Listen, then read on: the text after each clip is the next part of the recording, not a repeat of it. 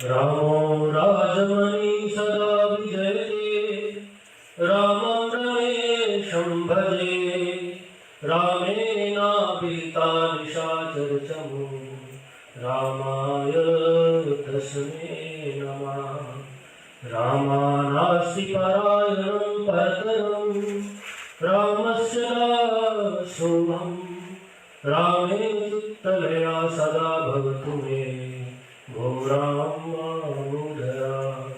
गुरु ब्रह्मा गुरु विष्णु गुरुर्देवो महेश्वरा गुरुः साक्षात् परं ब्रह्म तस्मै श्री गुरुवे नमः। बोलिए सियावर चंद्र भगवान की जय, श्री पवन सुत हनुमान जी महाराज की जय, श्री उमापति महादेव की जय, जगत जननी मैया की जय, सर्वदेव भगवान की जय, सब संतन की जय, सब हरि भक्तन की जय भारत भूमि की जय। सर्वप्रथम आज के शुभ अवसर पर आई हुई सारी संगत को हमारी ओर से गोपाष्टमी की बहुत बहुत शुभकामनाएं। देखिए हम लोग बर्बादी है कि आज के दिन कहते हैं भगवान श्री कृष्ण जी ने गोचारण आरंभ किया था बचपन में, तो बहुत ही बड़ा दिन है आज और हमें भगवान के सत्संग का अवसर मिला। मानव जन्म की सार्थकता सत्संग से ही है।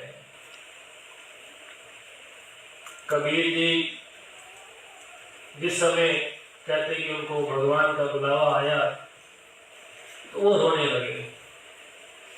किसी ने सज्जन ने कहा कि महाराज आप तो बहुत बड़े ज्ञानी हो, आप रो क्यों रहे हो? तो उन्होंने उस समय कहा था कि राम बुलावा भेजिया तो दिया कबीरा रोए, जो सुख या सत्संग में सो बैकुंठ ना होए।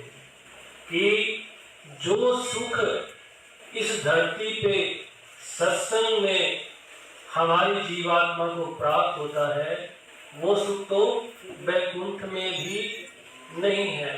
इसलिए तो देवी देवता भी कहते हैं कि बड़े भाग्य मानुष तन पावा सूर दुर्लभ सद ग्रंथ निगावा साधन धाम मोक्ष करी द्वारा पाई न जही परलोक सवारा। कि ये जो मनुष्य जीवन है ये देवताओं को भी बहुत दुर्लभता से प्राप्त होता है, क्योंकि ये मोक्ष का द्वार है। इसको प्राप्त करके यदि हम भगवान की बनाई हुई मर्यादा के अनुकूल आचरण करते हुए अपना जीवन व्यतीत करते हैं तो हमें मोक्ष मिलता है। ये मुक्ति का द्वार भी है और नरकों का द्वार भी है। यदि हम भगवान की बनाई हुई मर्यादा को नहीं मानेंगे, यदि जीवन में संयम नहीं है, धैर्य नहीं है, ज्ञान नहीं है, तो मनुष्य का जीवन पशु से भी बदतर है। सद्गुरु नानक देव जी ने कहा है कि बिन सत्संग ऐसे समझो जैसे पशु टोर। कि जिस जीव के जन्म में कर्म में सत्संग नहीं है उसका तो जो जन्म है वो मरे हुए पशु के समान है। उसको जिंदा पशु की कैटेगरी में नहीं रखा, कहते मरा हुआ पशु है। क्योंकि पशु भी देखो जब जाता है उसकी भी चमड़ी काम में आ जाती है, उसकी हड्डियां तक की कैल्शियम बनता है, गुड़ियां बनती है, लेकिन मनुष्य का कुछ भी काम नहीं आता है। लेकिन यदि हम संयम से धैर्य से भगवान ने जो शास्त्रों में ज्ञान दिया है उस ज्ञान को धारण करते हुए अपना मानव जीवन जीते हैं तो ये हमको मोक्ष की ओर ले जाता है। इसलिए ज्ञान और धैर्य, जिस प्रकार से गाड़ी है, गाड़ी में बिना हेडलाइट के गाड़ी चलाओगे तो क्या होगा, बिना ब्रेक के गाड़ी चलाओगे तो क्या होगा।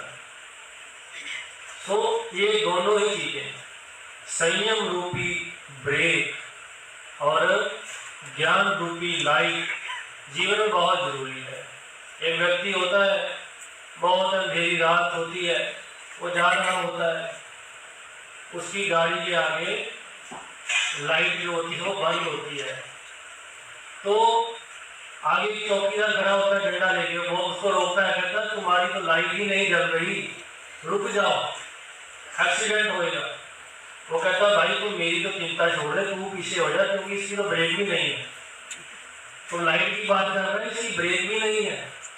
तो कहने का तात्पर्य ये है कि बिना अपनी इंद्रियों के ऊपर ब्रेक लगाए हुए, संयम की ब्रेक लगाए हुए जो व्यक्ति जीवन यापन करते हैं, उनका जीवन जो है वो पशुओं से भी बदतर हो जाता है। एक और दशरथ जी हैं, दशरथ, और दूसरी ओर दशमुख है। दशरथ कौन है? जिसने अपनी इंद्रियों को जीत करके उनका रथ बना के उसके ऊपर सवार हो गया, वो तो दशरथ बन गया जिसने इंद्रियों को जीता। और दूसरा दशमुख रावण, जिसने इंद्रियों को केवल भोग भोगने के लिए ही यूज किया। तो दशरथ के घर राम जी आते हैं और दशानन का, दशमुख का अंत करते हैं।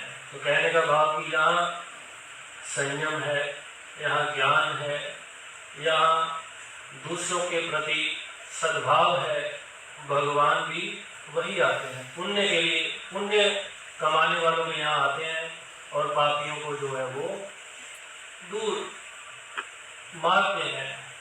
यदा यदा ही धर्मस्य ग्लानिर्भवति भारत अभय उत्थानम अधर्मस्य तदात्मानं सृजाम्यहम्। भगवान ने स्वयं ये कहा है। लेकिन बहुत से लोग बेचारे ऐसे भी हैं, हमारे ही भाई बंधु होते हैं, जिनको अपने जीवन में ये तक विश्वास नहीं हो पाता कि भगवान है भी या नहीं। कुछ लोग यही पूछते रह जाते हैं कि भगवान है या नहीं। एक ऋषि के पास एक सज्जन गए, वो कहते कि मैंने सुना है कि आप भगवान को जानते हो, आप भगवान से मिले हो, तो कृपया मुझे भी भगवान से मिला दीजिए। तो उन्होंने कहा ठीक है, तुम कल आना आप, और अपना ना नाम पता पूरा लेके आना, फिर आपको भगवान से मिलाते हैं।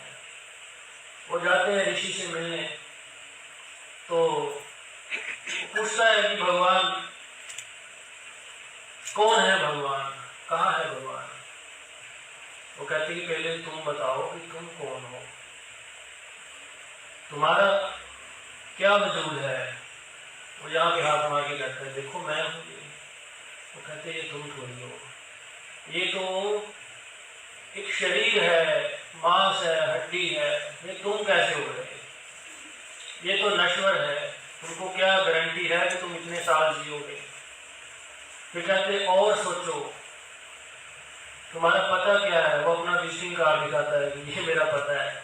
वो कहते ये क्या है, ये तो एक मकान का पता है, यहाँ कितनी जनता रह भी गई होगी पहले, तुम्हारे दादा परदादा, ये तुम्हारा परमानेंट पता थोड़ी है। कहते और सोचो। फिर वो सोच के बताता है, कहता मेरे भीतर जो चेतन अंश है, जो मुझे सही गलत का ज्ञान दे रहा है, जो मुझे ये बता रहा है कि मेरी कुछ उपस्थिति है, वो मैं हूँ। तो संतों ने कहा कि यही तो तुम्हारे क्वेश्चन का आंसर है। वो जो मैं जो तुम बोल रहे हो, जो आत्मा है, वही तो परमात्मा का स्वरूप है, वही तो परमात्मा है।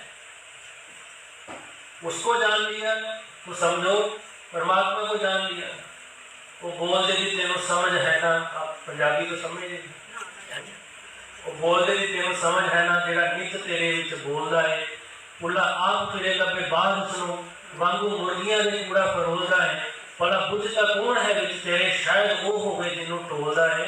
बुल्ले शाह जुदानी रब तेथों आपे आवाज मारे आपे बोलदा है। कि वो जो चेतन अंश है वो कण कण में व्याप्त है। संसार की कोई भक्तों ने उनको पत्थर से भी धन्ना जाट ने पत्थर से भी भगवान को प्राप्त कर लिया था।